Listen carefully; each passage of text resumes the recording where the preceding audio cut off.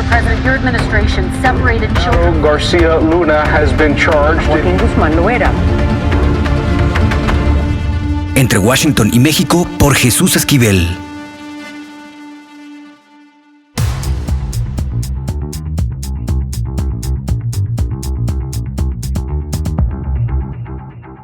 ¿Qué oles? Bienvenidos nuevamente a Entre Washington y México. Hace unos días, el Departamento de Justicia de los Estados Unidos entregó un documento a la Corte Federal del Distrito Este en Brooklyn, Nueva York, pidiéndole al juez Brian Cogan, a cargo del caso de Genaro García Luna, el exsecretario de Seguridad Pública de Felipe Calderón, que acepte como evidencia del proceso judicial contra el exfuncionario mexicano una grabación que tienen en la cual el implicado y acusado estaría incriminándose tratando de conseguir a un asesino ruso para eliminar a dos posibles testigos de su juicio, si es que hay, en junio de este año. También los fiscales le dijeron al juez que tienen pruebas de cómo García Luna intimidó, acosó, amenazó a periodistas y además sobornó a organizaciones periodísticas, valga la redundancia, para que sus reporteros no publicaran notas negativas sobre él. El modus operandi de García Luna y de Calderón con la prensa lo conocemos todos en México. Y también conocemos a gente que padeció del abuso de poder de esos dos personajes que forman parte de la historia negra de México. Uno de ellos, y me da mucho orgullo tenerlo aquí en Entre Washington y México, es el periodista y escritor Jesús Lemus Barajas, un gran amigo y mi tocayo. Tocayo, gracias por aceptar la invitación. No, hombre, gracias a ti, mi querido tocayo, gracias por esta invitación. Siempre un placer poder platicar contigo. Jesús, cuéntanos para el auditorio de Entre Washington y México, ¿qué fue lo que padeciste precisamente por investigar a fondo en México?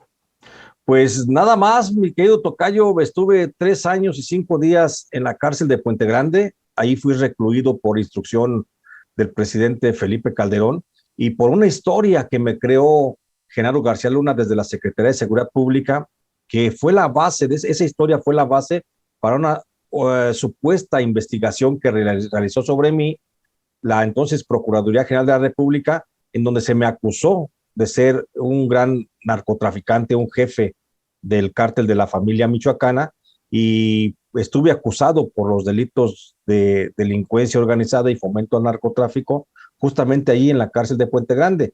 Pero esto fue producto de lo que yo publiqué en un periódico muy local, allá en La Piedad, Michoacán, donde yo tenía un diario que se llamaba El Tiempo de la Piedad, y ahí publiqué las relaciones de la hermana de Felipe Calderón, Luisa María Calderón Hinojosa, con Servando Gómez Martínez Latuta, entonces jefe del cártel de la familia michoacana. Y eso me costó, tocayo, 3 años y 5 días de estar recluido en la cárcel de Puente Grande y además de ser tratado como un reo de altísima peligrosidad. Y mira las ironías, tocayo, porque ahora quien está detenido y a punto de ser procesado por ser cómplice del narcotráfico es precisamente García Luna. Las ironías de la vida, tocayo. Pero te haría esta pregunta en base a la introducción que di. ¿Te han buscado a ti las autoridades estadounidenses como para presentarte en el juicio, si es que hay juicio, respecto a esa intimidación, amenazas y abusos de García Luna contra los periodistas? Nadie me ha buscado, tocayo, hasta el momento. Nadie me ha buscado mi situación, mi caso, por supuesto, que fue un abuso del poder por parte de García Luna. Cuando yo estuve recluido, sin tener ninguna posibilidad yo de defenderme, se me acusó de ser un gran capo y estuve, sujeto a la supuesta justicia de México por 3 años y 5 días. Pero hasta el momento nadie me ha buscado de Estados Unidos, de la autoridad norteamericana, para declarar cómo es que se conducía García Luna cuando prácticamente gobernaba él el país. Digamos, y si los fiscales te buscarían, ¿estarías en la disposición de ir a Nueva York a testificar en contra de García Luna? Por supuesto, creo que es una obligación de todo mexicano establecer qué fue lo que pasó y cómo se dieron las relaciones en los excesos de poder en la administración de Felipe Calderón, por supuesto que yo estaría en la mejor disponibilidad para decir cómo se me trató a mí como periodista, cómo se me recluyó con falsas acusaciones, con falsas historias que salieron de la cabeza de Genaro García Luna, con la única intención nada más de callarme, de castigarme y de sacarme de mi ejercicio periodístico, porque estaba haciendo precisamente trabajos de investigación. Desde mi modesta posición de reportero de pueblo, estaba haciendo un trabajo de investigación que revelaba ya las relaciones de narcotráfico entre el Estado mexicano que encabezaba García Luna y el presidente Felipe Calderón con el grupos del narcotráfico. Y bueno, en este caso estamos hablando de, como dices tú, un reportero local. Sin embargo, recordarás que en esos años los tentáculos de abuso de poder de García Luna y de Calderón eran nacionales, tenían controlada la mayoría de la prensa para abordar desde un punto de vista positivo su guerra militarizada contra el narcotráfico, que fue el origen de la descomposición social y también de la diversificación del crimen organizado en otros delitos fuera del narcotráfico. Se aterrorizó a todo el país. Recordarás el surgimiento de los Zetas, justamente la familia michoacana. Se empezaba a hablar muy poco de los Queenies, que terminaron siendo el cártel de Jalisco Nueva Generación. Pero ahora te quisiera preguntar, ¿cómo eran tus días? Brevemente que nos digas, bajo ese esquema de que te querían presentar como un narco y te encerraron en una prisión. ¿Cómo vivías tú tras las rejas? Cuéntanos brevemente. Bueno, fueron días aquellos, tocayo, de quebrantamiento moral, de pensamiento, o sea, un quebrantamiento total de la personalidad y de la forma de sostenerse uno en pie, sometido a injustos tratamientos dentro de la cárcel de Puente Grande. Te comento brevemente, yo estuve recluido en el área de COC, el Centro de Observación y Clasificación de la Cárcel Federal de Puente Grande. Estuve recluido durante 6 meses, cuando ahí realmente es el área de donde se observa y se clasifica a los presos, y el reglamento de la cárcel establece que es máximo 15 días quien debe estar ahí. ¿Por qué? Porque justamente los tratamientos ahí son demasiado crueles. Yo estaba en una celda de 2 por 3 metros, totalmente desnudo, no tenía nada a mi alcance, y todas las noches me sacaban para un tratamiento de reeducación, decían ahí en la cárcel, que consistía en bañarme con un chorro de manguera, un chorro de agua, manguera a presión, helado totalmente. Me hacían que me empujaban con el chorro de la manguera a dar 2 vueltas por el piso, por el diámetro de la cancha de básquetbol del patio del área de COC, y después terminaba siempre sometido por una golpiza por los oficiales, con los toletes en la espalda y los perros pues ladrando a milímetros de la cara. Ese fue un tratamiento que me dieron durante 6 meses, te digo, hasta que me pasan de ahí al área de los presos, de procesados, donde, bueno, al menos ya tenía uniforme y tenía pues una cobija, por lo menos, para paliar el frío, pero los tratamientos no dejaron de ser crueles. Se nos suspendía de manera muy frecuente la alimentación, no teníamos acceso, bueno, yo no tenía acceso a tratamientos médicos, no tenía visita familiar, se me prohibió la comunicación en algunas etapas de ese encarcelamiento, y siempre sometido a tratos de humillación, de maltrato, de golpizas por parte de los oficiales. Es decir, los días en la cárcel de Puente Grande, los días que me propició, que me regaló Genaro García Luna, que me regaló el presidente Felipe Calderón, fueron de los días más terribles que he pasado en mi vida, porque simplemente sabía uno que amanecía, pero no sabía si llegabas a la noche que seguía, porque las golpizas eran de todos los días y no sabías en qué momento se acababa esa tortura. Pobrecito de Genaro García Luna, y él se queja que lo tratan mal psicológicamente en Nueva York, donde lleva preso desde diciembre de 2019, y mira lo que son las cosas, tocayo, tan lo tratan mal sí, que lo grabaron sí, hablando sobre un complot para entorpecer el proceso de 2 testigos que estarían en su juicio testificando en su contra, o incluso eliminarlos. Y uno de ellos fue su mano derecha, que supongo también tuvo mucho que ver respecto al acoso, a las amenazas a los periodistas, Luis Cárdenas Palomino. Sí, bueno, eso, fíjate que resulta de veras increíble y se entiende porque dentro de la cárcel te quebrantan, bueno, la cárcel de Nueva York, me imagino que sí es como las de Puente Grandes que operaba el propio García Luna, se trataba de quebrantar la voluntad de los presos y someterlos a ese acondicionamiento animal para poder únicamente sobrevivir. Y si es eso, no es difícil de entender por qué García Luna cayó en lo mismo que él mismo hacía. No, en Nueva York no lo tratan así. No, acá le respetan sus derechos humanos, tocayo. Bueno, digo, sí, pero si como él dice, que lo torturan psicológicamente, pues es lo mismo o poquito parecido a lo que él hizo en México con las cárceles federales, porque en México él hizo ese tipo de tortura psicológica y física, además de lo que yo puedo dar testimonio pleno.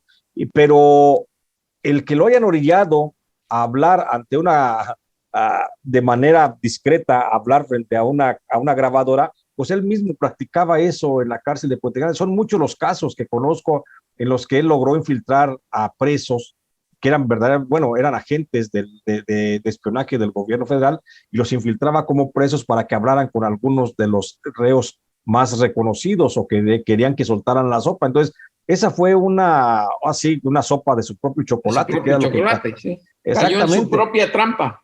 Exactamente, él mismo lo hacía cuando me tocó estar dentro de la cárcel de Puente Grande. Me tocó y puedo dar testimonio de muchos presos que vi que llegaban infiltrados. Todo el mundo sabíamos que eran infiltrados, llegaban infiltrados, pero pues algunos narcotraficantes, algunos delincuentes que estaban en aquel tiempo ahí, pues les daban la vuelta a esos infiltrados y salían sin ningún tipo de grabación. Además de que, déjame decirte, la cárcel de Puente Grande estaba infestada de micrófonos en todas partes, y eso que hoy le han grabado a él, me extraña cómo siendo araña se caiga de la pared, porque esos mismos micrófonos, pues eran los que él sembraba en la cárcel de Puente Grande, por citarte nomás una de las tantas federales que estaban así. Así es de que, pues me extraña cómo García Luna pudo dejarse caer en su propio juego. Y mira que esa grabación, en caso de un juicio, puede ser clave porque con ello se está incriminando de que tenía nexos con el narcotráfico, que es justamente uno de los cargos que le imputan los fiscales federales de Estados Unidos a García Luna y que él siempre lo ha negado. Ahora, pues sí, ya con eso él se reconoce prácticamente de los delitos que la Fiscalía de Estados Unidos intenta demostrarle. Con eso ahí hay una autoincriminación. Ahora, tocayo,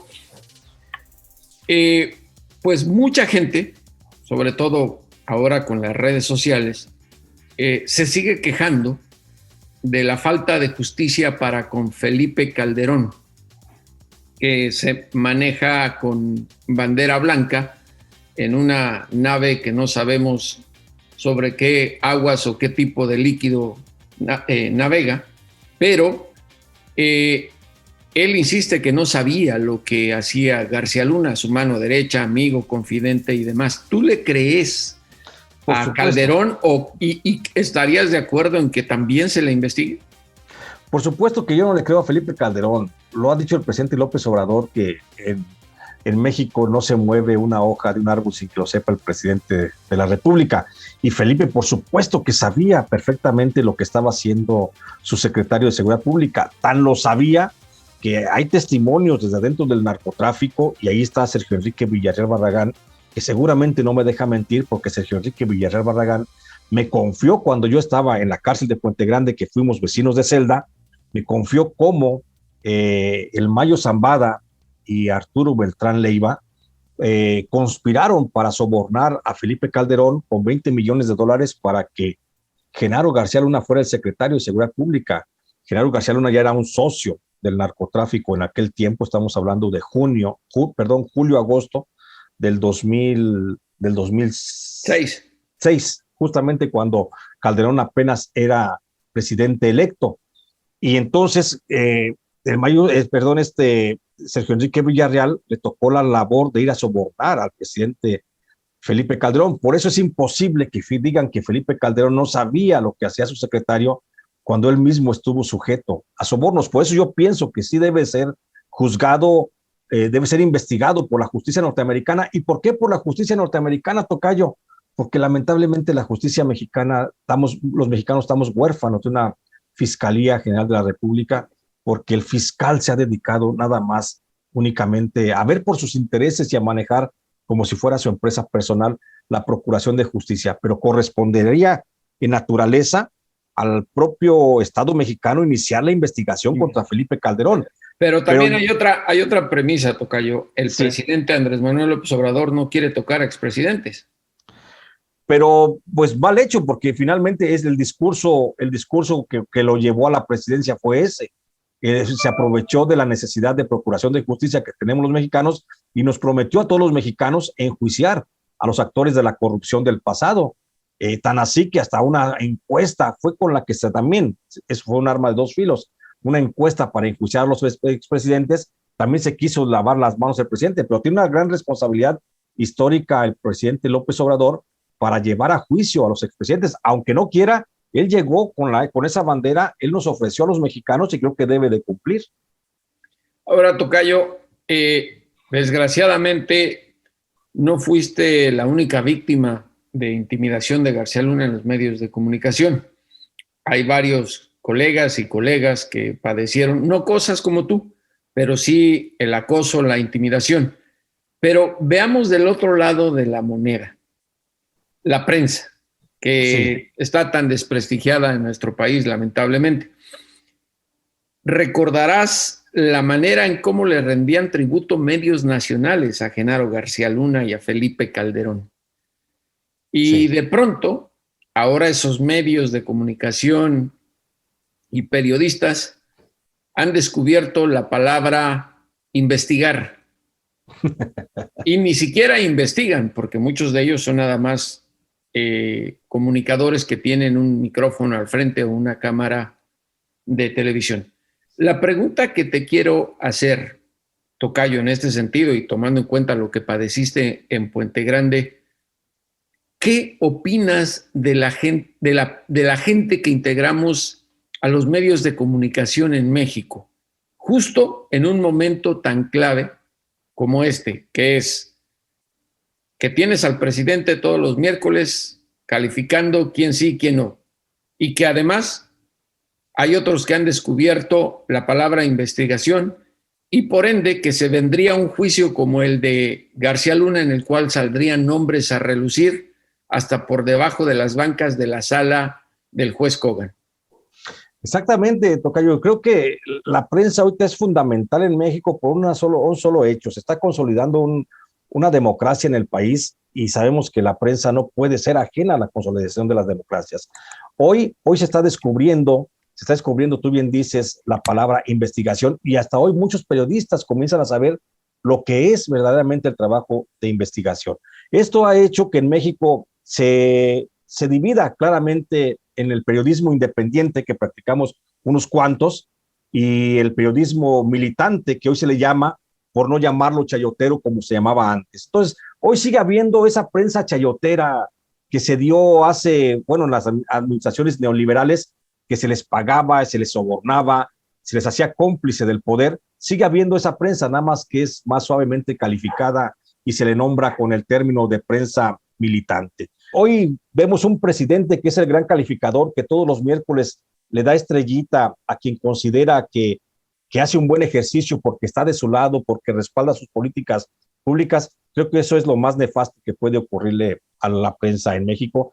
Y más tantito, creo que es un juego en el que los periodistas no podemos caer, no podemos ser esquiroles los periodistas del poder, sea cual sea.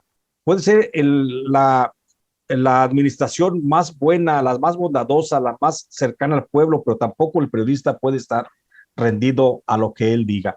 Hoy debería de haber una investigación a fondo, tocayo, de los periodistas que se han rendido al poder, los que están rendidos al poder actualmente y los que se rindieron en el pasado, porque son iguales. La prensa, esa no es la labor de la prensa, aplaudirle al poder, por muy bueno que sea. Entonces creo que sí debe haber una observación más clara, más abierta. Creo que se debe comenzar por revisar quiénes fueron los que estuvieron del lado de García Luna, quiénes fueron los que a los que se sobornó, qué medios, qué periodistas fueron los que decidieron beneficiarse económicamente a cambio de sacrificar el periodismo. Y ahí hay actores muy importantes que no se ha tocado, como por ejemplo Alejandra Azota, por ejemplo Max Cortázar, que son de los funcionarios que corrompieron a la prensa y que hasta hoy han quedado intocados. Y lo mismo también debe de pasar con los periodistas y con los medios que hoy también bailan en torno al poder público de la Cuarta Transformación. Son tan iguales unos como otros. Entonces, creo que debe haber una investigación a fondo para que en esa cernida que está haciendo el presidente de la República todos los días, pues caigan verdaderamente los que estaban al servicio del poder y para que los periodistas verdaderos pues, sigamos pudiendo ejercer nuestra labor a favor de la sociedad. Tocayo, una última pregunta. ¿Crees que habrá juicio contra Genaro García Luna? Yo pienso que no, Tocayo. Pienso que no va a haber juicio contra García Luna. Creo que la defensa de García Luna está negociando con todo. Saben que García Luna es candidato, pero segurísimo a ganarse varias sentencias condenatorias de por vida en la cárcel. Y por supuesto que García Luna no está en las condiciones anímicas para soportarlo. Por eso están buscando la posibilidad de una negociación. Sé de buena fuente que están buscando la declaratoria de culpabilidad con un cargo mínimo, pero que le permita a García Luna salir de la cárcel a cambio de poner otro pez en su lugar. Esto, por supuesto, buscaría a García Luna esquivar la prisión con una sentencia mínima, declarándose como testigo protegido para asumir una nueva personalidad y perderse a lo mejor en el mundo. No pienso que no va a haber juicio, pienso que va a llegar antes a un acuerdo con la autoridad y más estas grabaciones que ha dado a conocer que existen por parte de la Fiscalía de Estados Unidos, en donde prácticamente García Luna se reconoce responsable de lo que se le acusa. Entonces veo muy difícil que lleguemos a un juicio. Creo que se arreglan antes de la fecha de octubre próximo. Jesús Lemus Barajas, aquí en Entre Washington y México. Gracias, Tocayo. Gracias, Tocayo. Un fuerte abrazo.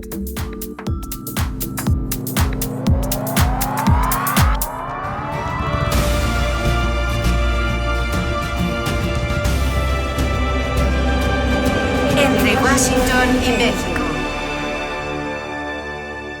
Volvemos. Lo importante es leer. Con Fernanda Álvarez. Los libros son fundamentales y elementales. Fernanda Álvarez, aquí en Entre Washington y México, cada semana nos lo repite y creo que estamos actuando en consecuencia. Fer, ¿qué nos vas a poner a leer en esta ocasión? Hola, querido Jesús. Pues muchas gracias por invitarme, como siempre, para platicar de libros. Traigo un libro que ya muchos han de conocer, pero pensando en que va a ser el centenario de este autor, de su nacimiento, pues quise hablar acerca de él, además de la situación mundial que tenemos, y ese es Ensayo sobre la ceguera de José Saramago. No sé si tú has tenido oportunidad de leerlo, pero es una novela increíble porque nos trata acerca de un médico que un día tal cual amanece, va manejando en un coche y poco a poco se da cuenta que lo que le está pasando es que ya no puede ver.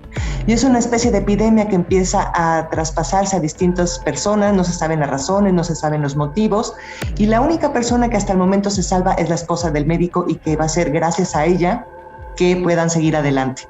Lo importante en sí, evidentemente, es este tema, pero también Saramago hizo algo con esta novela que es increíble y es que no tiene puntuación. No sé si a veces no nos percatamos de eso, pero la puntuación es la respiración de un libro. Claro. Y es la forma en la cual también crea un universo. Claro, eso es lo que significa en un libro, las comas, los puntos. Y Saramago, efectivamente, leí hace mucho tiempo esa obra de este escritor, pero recuerdo algunos detalles y te confieso, mi querida Fer, algunos aspectos de su novela a mí no me gustaron. ¿Cómo crees? Bueno, es que también puede pasar en todas las novelas, pero poniéndolo o pensando en esta pandemia que fue el COVID y que todavía tenemos estas oleadas y esa capacidad de trasladarnos a un espacio súper angustiante, ¿no? Que es el no ver, ¿no? Y el que nos refleja también la sociedad cómo es capaz de reaccionar, de los que pueden ver, los que están abusando y este tipo de personas que están en discapacidad, por decirlo de alguna manera. Es increíble ese reflejo de la sociedad, pero por supuesto que yo respeto que no te haya gustado todo. Digo, eso no quiere decir que no me gusten otras obras de Saramago, pero en lo particular, algunos aspectos de esa novela me parecieron un poquito demasiado escatológicos. Pues no sé, ¿sabes qué estaría bueno releerla justo con las miras del COVID y con esta pandemia que nos sucedió? Porque yo creo que sí puede quizá llevarse a un extremo, pero pensando en que es ceguera y que el mundo finalmente que construimos a través de la mirada, no, me repensaría la escatología, ¿eh? Por ello es que es importantísimo tenerte aquí cada semana, mi querida Fer, porque de lo contrario, fíjate, no pensaríamos en releer algo que en algún momento, en mi caso, me pareció un poco desagradable, pero ahora ya me creaste esta necesidad de releerlo y lo haremos. Y espero que a los que nos escuchan también les generes esto, a quienes ya leyeron esa obra del gran Saramago. Sabes que ya nada más rapidísimo, si en algún momento tienen oportunidad, porque la montaron en una obra de teatro, por supuesto que nosotros que íbamos como espectadores todos formábamos parte de la obra de teatro. Fue increíble y fue igual de angustiante estar ahí presente. Claro, ahí no respirábamos esa puntuación o carencia de puntuación del texto de Saramago, pero la necesidad o la situación de estar atrapados, eso fue un reflejo fijo de lo que se vivió en la novela. Y lo más importante es leer. Por eso aquí, en Entre Washington y México, está Fernanda, incluso para decirnos, no seas tonto, vuelve a leer lo que no te gustó. Fernanda, muchas gracias. Ay, gracias a ti, Jesús. Siempre es un placer estar con ustedes.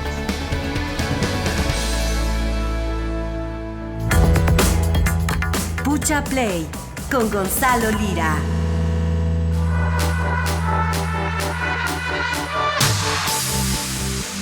Ya está aquí en Entre Washington y México Gonzalo Lira Galván para repetirnos. Pucha Play. ¿Qué nos tienes, Gonzalo? Hola, Jesús. Pues mira, hablando, ya que estaban hablando de juicios, de mafiosos, no vamos a decir quién es quién, ¿verdad? Pero hablando de juicios, de juicios importantes a gente involucrada en malos pasos, dejémoslo así, para no usar palabras que incluso pueden llegarle a quedar chicas a estos personajes. Qué elegante, don Gonzalo, qué elegante. Fíjate que todo este tema del juicio con Genaro García Luna me ha recordado una historia que fue convertida en una película y que tiene muchos elementos muy particulares. La película en cuestión se llama Find Me Guilty, o en español le pusieron Abogado de la Mafia, y es una película dirigida por Sidney Lumet.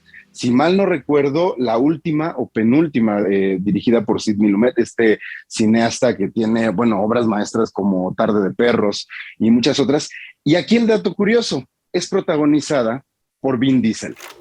Vin Diesel como un actor pues alejado de su figura de actor de películas de acción, particularmente de la saga de Rápidos y Furiosos, se subió de peso, se puso una peluca e interpreta al mafioso Jackie Dinorcio. Jackie Dinorcio en los años 80 fue baleado por su propio primo mientras estaba en libertad condicional tras haber sido arrestado ya, detenido un par de veces, pues por acusaciones que tenían que ver con el tráfico de drogas. Entonces, cuando este hombre es baleado, es llevado al hospital y ahí le vuelven a echar en cara algunos cargos y se tiene que ir a juicio para no ir a prisión.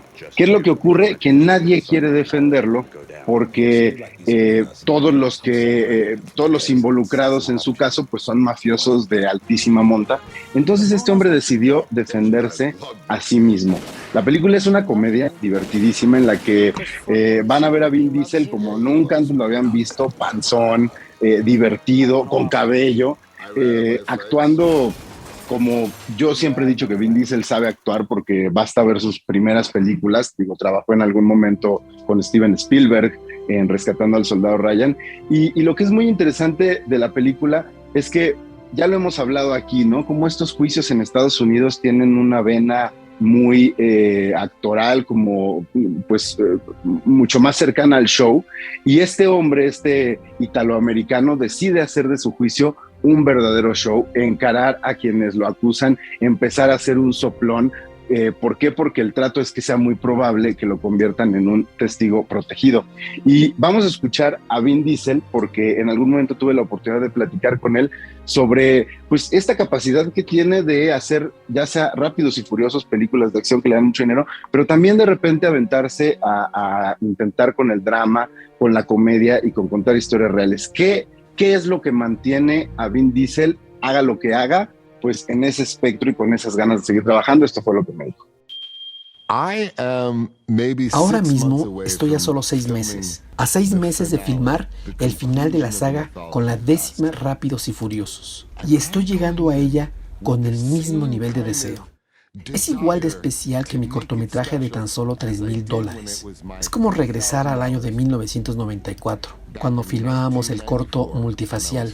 Cuando veo eso, si me permites, me hace recordar muchas cosas, porque después trabajé con Steven Spielberg en Salvando al Soldado Ryan.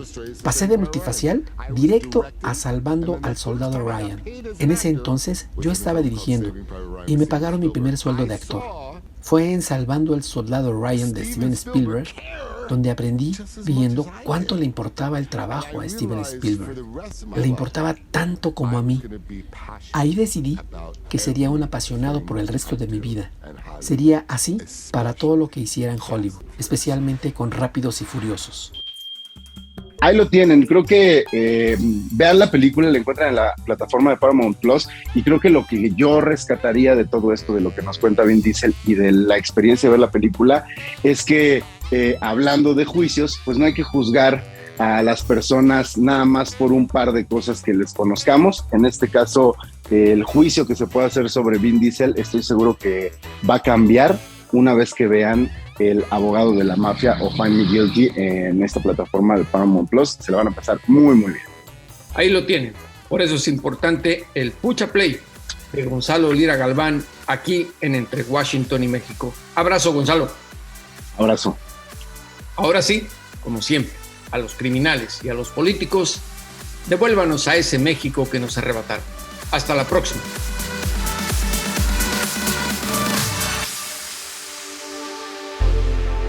Esto fue Entre Washington y México. Una revisión semanal por la agenda bilateral y sus protagonistas.